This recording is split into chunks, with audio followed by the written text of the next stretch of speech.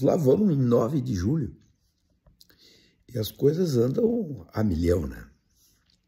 Agora tem tanta coisa simples que às vezes determinadas pessoas precisariam prestar atenção e não prestam, né?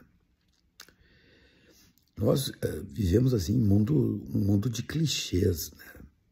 Agora notem, esse mundo de clichês, ele não é um fenômeno da contemporaneidade, é um fenômeno da humanidade, né? Clichês, clichês, clichês. Se tem uma coisa que é certa, que é um fenômeno da contemporaneidade, é o pensamento raso que anda a galope, né?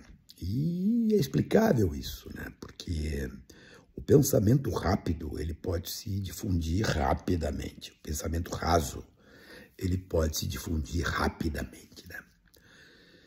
Uma das coisas que andam por aí é interessantíssimo, né? Eu sou de esquerda, eu sou de direita, eu sou disso, eu sou daquilo, e às vezes as pessoas não têm a menor ideia do que são, né? Mas não tem problema nenhum. Para determinadas adesões grupais, comunitárias, auto-intitular-se, colocar-se um rótulo passa a ser importante, né? Porque é um critério de admissão nestes mundos, nesses grupos, né? Veja, o tema vamos pegar o tema da esquerda, né? Tu olha a tal de esquerda. Olha, o Lenin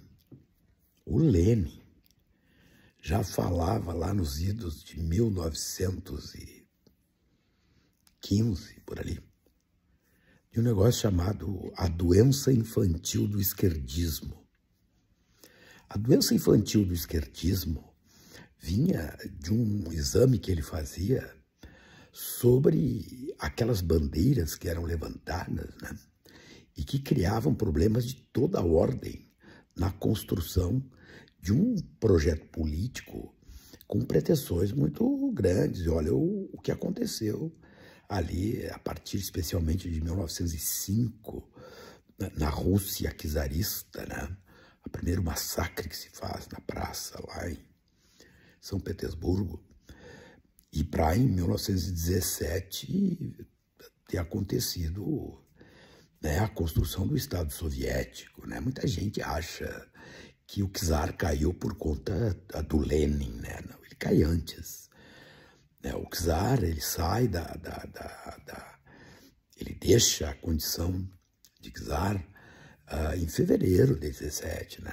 A Revolução Bolchevique vai acontecer só em outubro. Mas as pessoas não enxergam esse negócio assim, sabe?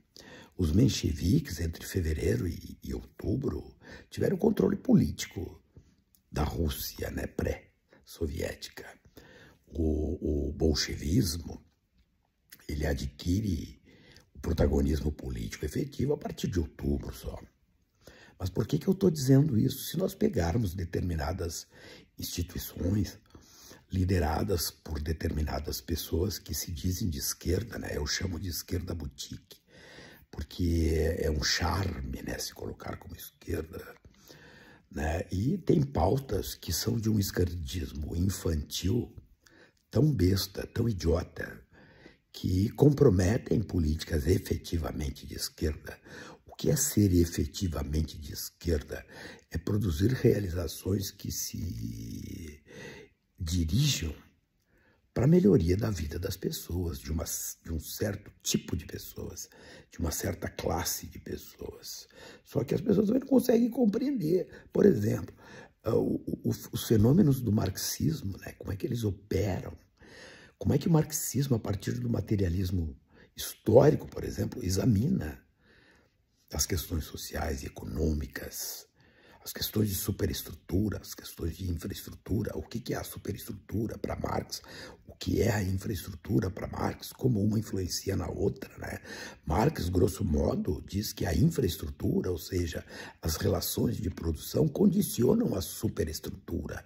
O que é a superestrutura para Marx, né? É o Estado, a educação, a arte, o direito, essas coisas todas, né? Gramsci diz diferente. Ele vai dizer que isso existe, mas a superestrutura tem condições de gerar influência, né, na infraestrutura. É por isso que ele vai criar as teorias, né, de guerras de posição, guerras de movimento, que buscam o quê? A construção de uma certa hegemonia de uma classe sobre a outra. O problema é que certos chamados economicistas atribuem a tal de luta de classes, né, o elemento definidor dos caminhos da sociedade. Desculpe, gente, hoje nós vivemos 2025, nós vivemos o século XXI, nós vivemos um avanço teórico sobre os elementos que nos permitem compreender a sociedade. Então, assim, nós não devemos desprezar nenhum arcabouço, nenhum processo de construção teórica que busca compreender o mundo. Então, digo tudo isso por quê? Porque entre tese e antítese, no mundo da dialética, escolham a dialética que quiserem, né? A dialética marxista, a dialética hegeliana, a dialética capitalista, né? Nós vamos perceber que a luta política, na medida em que vai perdendo a sua qualidade e a qualidade de projetos estratégicos, não permite, não cria as condições para uma avaliação correta.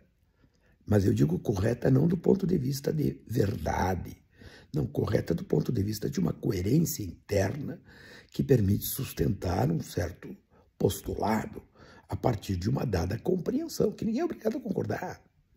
Porque se tem coisa que nesse mundo nós podemos dizer que é verdadeira, é que a verdade não existe, não é uma ciência, isso que nós estamos falando. Nós temos método, isso sim. Nós temos modos de construir coerências internas. Agora, vejam, por exemplo, quando se tenta compreender a política internacional nos dias de hoje. É de uma inanição teórica, é o mundo do achismo, né? Só que esse achismo, ele produz efeitos, especialmente se certas pessoas estão colocadas em certas posições, que são posições que têm a capacidade, sim, de produzir, de fato, decisões que incidem sobre a vida das pessoas. Então, quanto mais desqualificadas essas pessoas, por mais que a sua bandeira seja bonitinha, seja agradável, seja gourmet, os efeitos que vão vir para a vida das pessoas são devastadores. E aí nós começamos a entrar em outros elementos do mundo da política. E falo da política no seu tema geral, não na política partidária. Porque Brasil, por exemplo, se formos examinar a política partidária atual, com todas as ressalvas que nós precisamos fazer, de todos os cuidados de não generalização, é tudo mais ou menos a mesma coisa, né? O grande Silvio Rodrigues, né? Numa música chamada Serenata Diurna, ele diz que ama uma mulher que não me pede nada ou quase nada, que não é o mesmo, mas é igual. A política partidária brasileira está mais ou menos assim. No es lo mismo, pero es igual. Claro, sempre fazendo isso, com o perdão da generalização, né? Porque tem gente muito boa na política brasileira, só que a gente sem espaço, cada vez com menos espaço. Por quê? Porque este pensamento que tem menos espaço, ele tem menos acesso, ele tem menos simpatia, ele não é tão rápido, ele precisa de tempo para ser explicado e compreendido. E num mundo onde as nossas leituras se reduzem a 2 parágrafos, onde o analfabetismo funcional da nossa população é cada vez mais crescente, o pensamento profundo, complexo, ele perde espaço. E não é só no mundo do povo comum, não. Nas nossas instituições também. E às vezes, quando nós chamamos a atenção para isso, a primeira coisa que vem é o quê? A personalização da opinião. Não. Quando se faz política, não se leva para o lado pessoal. Se faz política, se constroem projetos estratégicos. Esta é a nossa dificuldade.